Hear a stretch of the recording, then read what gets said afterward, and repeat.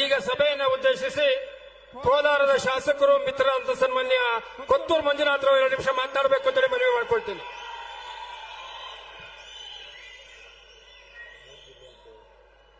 ಎಲ್ಲರಿಗೂ ನಮಸ್ಕಾರ.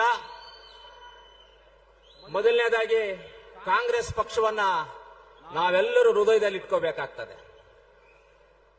ಇವತ್ತು ಕೋಲಾರ ಚಿಕ್ಕಬಳ್ಳಾಪುರ ಜಿಲ್ಲೆಯ ಮತ್ತು ಬ್ಯಾಂಗ್ಳೂರ್ ರೂರಲ್ ಜಿಲ್ಲೆ ಹೊಸಕೋಟೆ, ದೇವನಹಳ್ಳಿ, ನೆಲಮಂಗಲವರೆಗೂ, ಆಮೇಲೆ ಚಿಕ್ಕಬಳ್ಳಾಪುರ, ಕೋಲಾರ ಅಂದ್ರೆ ನಾವು ಇವತ್ತು ಬೇರೆ ಜಿಲ್ಲೆ ಅಂತ ಅನ್ನೋದಿಲ್ಲ. ನಾವೆಲ್ಲ ಅಣ್ಣ ತಮ್ಮಂದ್ರೆ ಒಂದು ತಾಯಿ ಮಕ್ಕಳು. ಕೋಲಾರ ಚಿಕ್ಕಬಳ್ಳಾಪುರ ಜಿಲ್ಲೆ ಅಂದ್ರೆ ಒಂದು ತಾಯಿ ಮಕ್ಕಳು ನಾವೆಲ್ಲ. ಇವತ್ತು ಈ ಒಂದು ಕಾರ್ಯಕ್ರಮವನ್ನು ಆಯೋಜನೆ ಮಾಡಬೇಕಾದ್ರೆ ಚಿಕ್ಕಬಳ್ಳಾಪುರ ಜಿಲ್ಲಾ ಉಸ್ತುವಾರಿ ಮಂತ್ರಿಗಳು ನಮ್ಮ ಸುಧಾಕರನ್ ಅವರು, ಹಾಗೆ ಕೋಲಾರ ಉಸ್ತುವಾರಿ ಮಂತ್ರಿಗಳು ನಮ್ಮ ಸುರೇಶ್ ಅಣ್ಣ ಅವರು, ಆಮೇಲೆ ಈ ಕಡೆ ನಮ್ಮ ಬ್ಯಾಂಗ್ಳೂರು ರೂರಲ್ ಜಿಲ್ಲಾ ಉಸ್ತುವಾರಿಗಳು KH ಮುನಿಯಪ್ಪನವರು, ಇವರೆಲ್ಲರೂ ಸೇರಿ ಈ ಕಾರ್ಯಕ್ರಮವನ್ನ ಆಯೋಜನೆ ಮಾಡಿ ನಮ್ಮೆಲ್ಲರಿಗೂ ಕೆಲವೊಂದು ಜವಾಬ್ದಾರಿಯನ್ನು ಕೊಟ್ಟಿದ್ರು. ಜವಾಬ್ದಾರಿ ಕೊಡಕ್ ಮುಂಚೆ ಒಂದು ಮಾತನ್ನ ಹೇಳ್ತಾರೆ. ಏನ್ ಹೇಳ್ತಾರೆ? ನಮ್ಗೆ ಇವತ್ತು ಭಾರತ ದೇಶಕ್ಕೆ ಸ್ವಾತಂತ್ರ್ಯ ತಂದು ಕೊಟ್ಟಿದ್ದಂತ ಕಾಂಗ್ರೆಸ್ ಪಕ್ಷ, ಭಾರತ ದೇಶಕ್ಕೆ ರೈಲ್ವೆ ರೋಡ್ ಆಗ್ಬೋದು, ಭಾರತ ದೇಶಕ್ಕೆ ಇಂಟರ್ನೆಟ್, ಕಾರು, ಬಸ್ಸು, ರೈಲು ಎಲ್ಲವನ್ನ ಕೊಟ್ಟಿದ್ದಂತ ಕಾಂಗ್ರೆಸ್ ಪಕ್ಷ, ನಮ್ಮ ರಾಹುಲ್ ಗಾಂಧಿ ಅವರ ಕನಸು ಏನಿತ್ತು ಅಂದ್ರೆ, ಯಾರೇ ಆಗ್ಲಿ ನಮ್ಮ ಭಾರತ ದೇಶದ ಮಕ್ಕಳು, ನಮ್ಮ ತಂದೆಯಂದ್ರು, ನಮ್ಮ ತಾಯಂದ್ರು ಯಾರೇ ಆಗಲಿ ಒಬ್ಬರ ಹತ್ರ ಈ ತರ ಕೈ ಚಾಚಬಾರ್ದು, ಅವ್ರಿಗೇನಾದ್ರೂ ಒಂದು ಅವರ ಹಸುಮುಕ್ತ ಭಾರತ ಮಾಡಬೇಕು ಅನ್ನೋ ಒಂದು ಗುರಿ ಇಟ್ಕೊಂಡು ಅವರು ಮನ್ರೇಗಾ ಕಾರ್ಯಕ್ರಮವನ್ನ ನಮ್ಮ ಆಗಿನ ಪ್ರಧಾನಮಂತ್ರಿಗಳಾದಂತಹ ಮನಮೋಹನ್ ಸಿಂಗ್ ಅವರ ನಾಯಕತ್ವದಲ್ಲಿ ನಮ್ಮ ರಾಹುಲ್ ಗಾಂಧಿ ಅವರು ಅವತ್ತು ನಮ್ಗೆ ಮನ್ರೇಗಾ ಕಾರ್ಯಕ್ರಮ ಕೊಟ್ರು. ಮನ್ರೇಗಾ ಕಾರ್ಯಕ್ರಮ ಅಂದ್ರೆ ಏನು? ನಮ್ಮೂರಲ್ಲಿ ಗ್ರಾಮ ಸಭೆ ಮಾಡಿಕೊಂಡು, ನಮ್ಮ ಪಂಚಾಯತಿನಲ್ಲಿ ಗ್ರಾಮ ಸಭೆ ಮಾಡಿಕೊಂಡು ಏನು ಕಾರ್ಯಕ್ರಮಗಳು ಮಾಡಬೇಕು, ಯಾವ ರೀತಿ ಮಾಡ್ಕೋಬೇಕು ಅನ್ನೋದನ್ನ ಒಂದು ಪಟ್ಟಿಯನ್ನ ಮಾಡಿಕೊಂಡು ಅದರ ಮುಖಾಂತರವಾಗಿ ನಾವು ಕೆಲಸ ಮಾಡಕ್ ಹೋಗ್ತಾ ಇದೀವಿ. ಆದ್ರೆ ಆವತ್ತು ಇವತ್ತು ಏನು ವ್ಯತ್ಯಾಸ ಅನ್ನೋದಕ್ಕೆ ನಾನು ಹೇಳಕ್ ಇಷ್ಟಪಡ್ತೀನಿ. ಆವತ್ತು ಮಾಡುವಂತ ಕಾರ್ಯಕ್ರಮಗಳು ಎಷ್ಟೋ ಜನ ರೈತರಿಗೆ ಹೆಣ್ಮಕ್ಳು ಕೊಡ್ತಾ ಇರಲಿಲ್ಲ ಮದುವೆಗೆ. ಈ ಮನ್ರೇಗಾ ಕಾರ್ಯಕ್ರಮ ಬಂದಿರೋದ್ರಿಂದ ಅವರು ಕಷ್ಟಪಟ್ಟು ಕೂಡಾಕಿ ಚೀಟಿ ಹಾಕೊಂಡು ಅದರಲ್ಲಿ ಕೆಲಸ ಮಾಡಿ ಉಳಿದಿದ್ದ ಹಣದಲ್ಲಿ ಮನೆಗಳು ಕಟ್ಕೊಂಡು ಅವರು ಜೀವನಾಂಶವನ್ನ ನಡ್ಕೊಂಡು ಹೋಗ್ತಾ ಇದ್ದಾಗ ಹೆಣ್ಣು ಮಕ್ಕಳು ಕೊಡುವಂತ ಪರಿಸ್ಥಿತಿ ಈಗ ತಾನೇ ಬೆಳ್ಕೊಂಡು ಬರ್ತಾ ಇತ್ತು. ರೈತರನ್ನ ಗೌರವಿಸ್ತಾ ಇದ್ರು. ಇವತ್ತು ಇಂಥ ಒಂದು ಕಾರ್ಯಕ್ರಮವನ್ನ ಆ ಗ್ರಾಮ ಪಂಚಾಯಿತಿ ಮಟ್ಟದಲ್ಲಿ ಇಲ್ಲದೆ ಇರೋದ್ರಿಂದ, ಗ್ರಾಮ ಪಂಚಾಯಿತಿ ಮಟ್ಟದಲ್ಲಿ ಇರಬಾರ್ದಂತೆ, ಅವ್ರಿಗೆ ಗ್ರಾಮ ಪಂಚಾಯಿತಿ ತೀರ್ಮಾನ ಮಾಡಬಾರ್ದಂತೆ. ಅಂದ್ರೆ ಇವತ್ತು ರೈತರು ಅಂದ್ರೆ ಅವ್ರ ಜಮೀನುಗಳನ್ನ ಅಚ್ಚುಕಟ್ಟನ್ನ ಭದ್ರಿಸ್ಕೊಳ್ತಾ ಇದ್ರು, ರಾಜಕಾಲುವೆ ಮಾಡ್ತಾ ಇದ್ರು, ಕೆರೆನ ಅಭಿವೃದ್ಧಿ ಮಾಡ್ತಾ ಇದ್ರು, ಕೆರೆ ಕಟ್ಟೆನ ಅಭಿವೃದ್ಧಿ ಮಾಡ್ತಾ ಇದ್ರು, ತೂಮನ್ನ ಅಭಿವೃದ್ಧಿ ಮಾಡ್ತಾ ಇದ್ರು, ಮಶಾನಕ್ಕೆ ಕಾಂಪೌಂಡ್ ಆಗ್ತಾ ಇದ್ರು, ಕಬ್ರಸ್ತಾನ್ಗೆ ಕಾಂಪೌಂಡ್ ಆಗ್ತಾ ಇದ್ರು, ಮಸೀದಿಗಳಿಗೆ ಕಾಂಪೌಂಡ್ ಆಗ್ತಾ ಇದ್ರು, ಚರ್ಚ್ಗಳಿಗೆ ಕಾಂಪೌಂಡ್ ಹಾಕೊಳ್ತಾ ಇದ್ರು ಮನ್ರೇಗಾದಲ್ಲಿ. ಇನ್ನು ಎಷ್ಟೋ ಜನ ಅಂಗನವಾಡಿ ಕೇಂದ್ರಗಳು ಇವತ್ತು ಗ್ರಾಮ ಪಂಚಾಯತಿಗಳೇನಾದ್ರೂ ಹಂತವಾಗಿ ಕಾಣಿಸ್ತಾ ಇದಾವೆ ಅಂತ ಹೇಳಿದ್ರೆ ಅದು ಮನ್ರೇಗಾಯಿಂದ ಗ್ರಾಮ ಪಂಚಾಯತಿ ಬಿಲ್ಡಿಂಗ್ ಅನ್ನ ಕಟ್ಕೊಳ್ತಾ ಇದ್ರು. ಗ್ರಾಮ ಪಂಚಾಯತಿ ತೀರ್ಮಾನ ಮಾಡಿ ಆ ಬಿಲ್ಡಿಂಗ್ ಅನ್ನ ಮಾಡ್ತಾ ಇದ್ರು.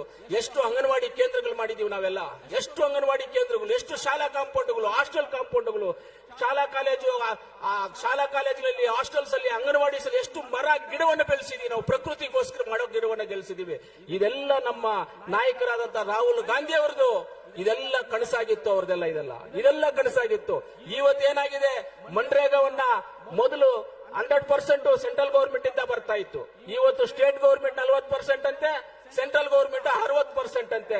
ಏನ್ ಈ 40% ಎಲ್ಲಿ ಹೋಗ್ತಾ ಇದೆ? ಹಂಗಾದ್ರೆ 40% ನಾವ್ ಹಾಕ್ಬೇಕು ಸ್ಟೇಟ್ ಗೌರ್ಮೆಂಟ್ ಇಂದ ಅಂದ್ರೆ ಇನ್ನ 40% ಮೊದಲು ಕೊಡ್ತಾ ಇದ್ದ ದುಡ್ಡು ಎಲ್ಲಿ ಹೋಗೋಕೆ ಪ್ಲಾನ್ ಮಾಡಿದೀರಾ ನೀವು? ಏನಾದ್ರೂ ಉದ್ದೇಶ ಏನು ನಿಮ್ದು?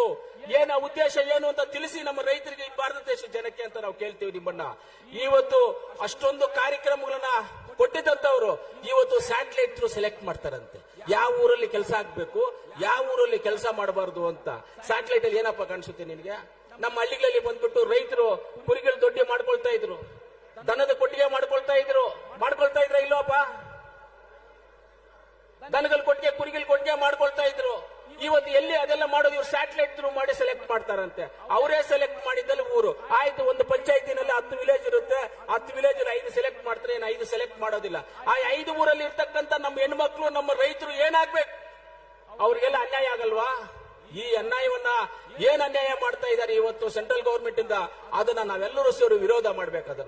ಅದನ್ನು ವಿರೋಧ ಮಾಡಿ ಮೊದಲು ಯಾವ ಸಿಸ್ಟಮ್ ಅಲ್ಲಿ ಇತ್ತು, ರೈತರಿಗೆ ಅನುಕೂಲವಾಗುವಂತ ಸಿಸ್ಟಮ್ ಏನಿತ್ತು ಇದರಲ್ಲಿ, ಆ ಅನುಕೂಲವಾಗುವಂತ ಸಿಸ್ಟಮ್ ನ ಯಾಕೆ ನೀವು ಈ ರೀತಿಯಲ್ಲಿ ಮಾಡ್ತಾ ಇದ್ದೀರಾ? ನಾವೇನಾದ್ರೂ ಇನ್ನು ಮುಂದೆ ಎಚ್ಚೆತ್ತುಕೊಳ್ತಾ ಇದ್ರೆ ಎಲ್ಲ ಮಾತ್ರ ಗಾಂಧಿ ಹೆಸರನ್ನೇ ಮುರ್ತೋಗ್ಬಿಡ್ತಾರೆ. ಇನ್ನವರು ಮೆತ್ತಗೆ ಒಂದೊಂದೊಂದೊಂದೊಂದೊಂದು ಕತ್ತರಿಸ್ಕೊಂಡು ಬರ್ತಾರೆ.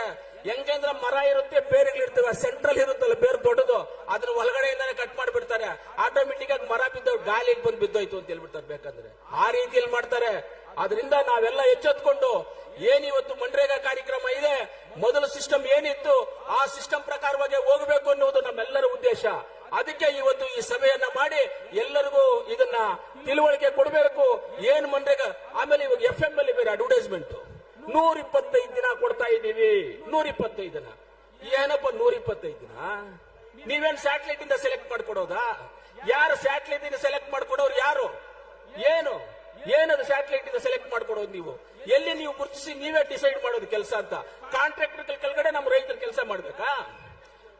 ಇವತ್ತು ನಾವ್ ಹೇಳ್ತಾ ಇದ್ದೀವಿ ಬಿಜೆಪಿ ಸರ್ಕಾರದವರಿಗೆ, ಇನ್ನು ಸ್ವಲ್ಪ ದಿನ ಹೋದ್ರೆ ನೀವು ಮಾಡುವಂತ ಕೆಲಸಗಳೇನಾದ್ರೂ ಮಾಡಿದ್ರೆ ರೈತರನ್ನ ಮ್ಯೂಸಿಯಂ ಅಲ್ಲಿ ನೋಡ್ಬೇಕಾಗ್ತದೆ. ಇವ್ರು ರೈತರು, ಇದು ನೇಗ್ಲು, ಇದು ಚೆನಿಕೆ, ಇದು ಈ ತರ ಇದ್ರು, ಪಂಚೆ ಕಟ್ತಾ ಇದ್ರು ಅಂತ ಮ್ಯೂಸಿಯಂ ಅಲ್ಲಿ ನೋಡುವಂತ ಪರಿಸ್ಥಿತಿಗೆ ತಂದಿಡ್ತಾ ಇದ್ದೀರಾ ನೀವು. ಆದ್ರೆ ನಾವು ಮ್ಯೂಸಿಯಂ ಅಲ್ಲಿ ನೋಡೋಕೆ ಪರಿಸ್ಥಿತಿನ ತಂದಿಡೋದಕ್ಕೆ ನಾವು ಬಿಡೋದಿಲ್ಲ. ನಾವೆಲ್ಲರೂ ರೈತರನ್ನ ಹೊಲದಲ್ಲೇ ನೋಡ್ಬೇಕು, ರೈತರನ್ನ ಗ್ರಾಮದಲ್ಲೇ ನೋಡ್ಬೇಕು, ರೈತರ ಕೈಯಲ್ಲೇ ನೇಗಲು ನೋಡ್ಬೇಕು, ರೈತರ ಕೈಯಲ್ಲೇ ಎತ್ತುಗಳು ನೋಡ್ಬೇಕು. ಇದನ್ನ ನಮ್ಮ ಕಾನ್ಸೆಪ್ಟ್ ಇದೆ, ನಮ್ಮ ಕಾಂಗ್ರೆಸ್ ಪಕ್ಷದ ಕಾನ್ಸೆಪ್ಟ್. ಈ ಕಾನ್ಸೆಪ್ಟ್ ಇಟ್ಕೊಂಡಿದೀವಿ ನಾವು. ಆದ್ರೆ ನಿಮ್ಮ ಕಾನ್ಸೆಪ್ಟ್ ಅನ್ನ ನಾವು ಒಪ್ಪೋದಿಲ್ಲ. ಆದ್ರಿಂದ ಅದನ್ನ ನಾವು ವಿರೋಧ ಮಾಡ್ತಾ ಇದೀವಿ ಅಂತ ಹೇಳ್ತಾ, ಇವತ್ತು ಈ ಒಂದು ದೊಡ್ಡ ಕಾರ್ಯಕ್ರಮದಲ್ಲಿ ಭಾಗವಹಿಸಿರ್ತದೆ ನೀವು ವೇದಿಕೆ ಮೇಲೆ ಇರ್ತಕ್ಕಂಥ ಎಲ್ಲ ಹಿರಿಯರು, ಕಾಂಗ್ರೆಸ್ ಪಕ್ಷದ ಅಣ್ಣ ತಮ್ಮಂದಿರು ಎಲ್ಲರಿಗೂ ಧನ್ಯವಾದಗಳನ್ನು ತಿಳಿಸಿ ನನ್ನ ಮಾತನ್ನ ಮುಗಿಸ್ತಿದೆ. ಜೈ ಕಾಂಗ್ರೆಸ್, ಜೈ ಜೈ ಕಾಂಗ್ರೆಸ್, ಜೈ ಕಾಂಗ್ರೆಸ್, ಜೈ ಜೈ ಕಾಂಗ್ರೆಸ್. ಕೊತ್ತೂರು ಮಂಜುನಾಥ್ ಅವರಿಗೆ ಧನ್ಯವಾದಗಳು.